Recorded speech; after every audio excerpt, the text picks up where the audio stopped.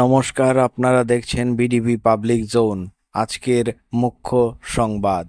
হাইলাকান্দি রামনাথপুর থানার পুলিশের অভিযান থেকে বড়সড় সাফল্য মিলেছে। সম্প্রতি এলাকায় একাধিক চুরির ঘটনার তদন্তে নেমে পুলিশ 4জন কুখ্যাত চোরকে গ্রেফতার করতে সক্ষম হয়েছে। অভিযুক্তদের কাছ থেকে চুরির কাজে ব্যবহৃত জিনিসপত্র ও ধারালো অস্ত্র উদ্ধার করা হয়েছে। অভিযুক্তরা হলেন সাবির আহমেদ লস্কর, আবুল হোসেন বড়ভূইয়া, ফয়জুল ইসলাম বড়ভূইয়া, নজরুল ইসলাম মজুমদার। তদন্ত চলাকালীন পুলিশ তাদের বাড়ি থেকে 4টি আরমান ব্যাটারি ও 2টি ইনভার্টার উদ্ধার করেছে, যা চুরি সংক্রান্ত অপরাধে ব্যবহৃত হয়েছিল বলে পুলিশ সূত্রে জানা গেছে। বিগত কয়েকদিন ধরে রামনাথপুর ও আশপাশের এলাকায় চুরির ঘটনায় স্থানীয়রা আতঙ্কে ছিলেন। এই অভিযানের পর সাধারণ মানুষের মধ্যে স্বস্তি ফিরে এসেছে। পুলিশের এ সাফল্যে এলাকাবাসীর মধ্যে প্রশংসার ঝড় উঠেছে এবং আইন শৃঙ্খলা রক্ষাকারী বাহিনীর প্রতি আস্থা আরও বেড়েছে।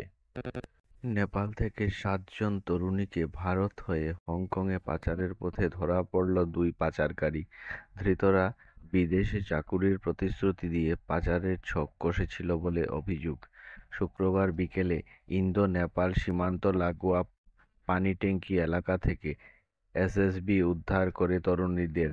এরা প্রত্যেকেই নেপালের বাসিন্দা। ধৃতদের নাম দীপেশ গুরুং ও জাপান গুরুং। ভয়াবহ বিস্ফোরণে কেঁপে উঠল পাকিস্তানের খাইবার পাখতুনখোয়া। ঘটনায় এখনো পর্যন্ত অন্তত 5জন শিশুর মৃত্যু হয়েছে, আহতের সংখ্যা 13। এর নেপথ্যে কোনো জঙ্গি যোগ রয়েছে কি না তা খতিয়ে দেখা হচ্ছে।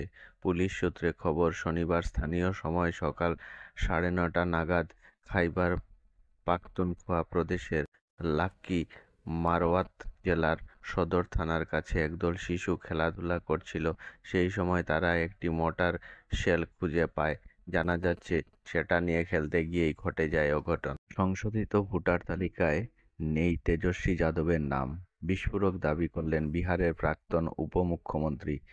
শুক্রবার বিহারের সংশোধিত ভোটার তালিকার খসড়া প্রকাশ করেছে নির্বাচন কমিশন। তারপরেই বিস্ফোরক অভিযোগ এনেছে আরজেডি নেতা।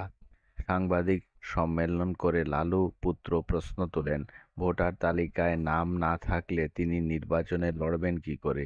শুক্রবার বিহারের সংশোধিত ভোটার তালিকার খসড়া প্রকাশ করে নির্বাচন কমিশন। শনিবার সাংবাদিক সম্মেলনে তেজস্বী জানান, তার নামও সংশোধিত ভোটার তালিকার খসড়া থেকে বাদ পড়েছে। যথাযথ নথিপত্র জমা দিয়ে বিএলওর কাছে গিয়ে ফর্ম ভরেছিলেন বলেই জানান লালু পুত্র। কিন্তু ইলেকটোরাল রোল তার এপিক নম্বরে তার নাম দেখা যাচ্ছে না নির্বাচন কমিশনের ওয়েবসাইটে। অবশেষে ভারতে স্বামী ও প্রিয়জনদের কাছে আসার অনুমতি পেলেন পাকিস্তানের নাগরিক রাখসান্দা রশিদ। পেহেলগাম হামলার পর কেন্দ্রের নির্দেশে দেশে ফিরে যেতে হয়েছিল তাকে। তবে স্বরাষ্ট্র মন্ত্রক জানিয়েছে, মানবিক দিক বিবেচনা করে রাখসান্দাকে ট্যুরিস্ট ভিসা দেওয়া হয়েছে। তবে এই বিষয়ে আদালতে কেন্দ্রের পক্ষ থেকে জানানো হলে মামলাটি খারিজ করে দেয় বিচারপতিরা। রবিবার ঢাকার আন্তর্জাতিক অপরাধ ট্রাইব্যুনালে শেখ হাসিনার বিচারের চূড়ান্ত পর্ব শুরু হয়েছে সাক্ষ্য গ্রহণ। আওয়ামী লীগ নেত্রীর বিরুদ্ধে মানবতা বিরোধী অপরাধে যুক্ত থাকার অভিযোগে মামলা হয় ট্রাইব্যুনালে। এই মামলায় অপর 2 আসামি প্রাক্তন স্বরাষ্ট্রমন্ত্রী আসাদুজ্জামান খান কালাম এবং বাংলাদেশের পুলিশের প্রাক্তন প্রধান চৌধুরী আবদুল্লাহ আল মামুন। গত বছর এই সময় গণ অভ্যুত্থানের দমনে তিনি বাংলাদেশের পুলিশকে নেতৃত্ব দিয়েছিলেন।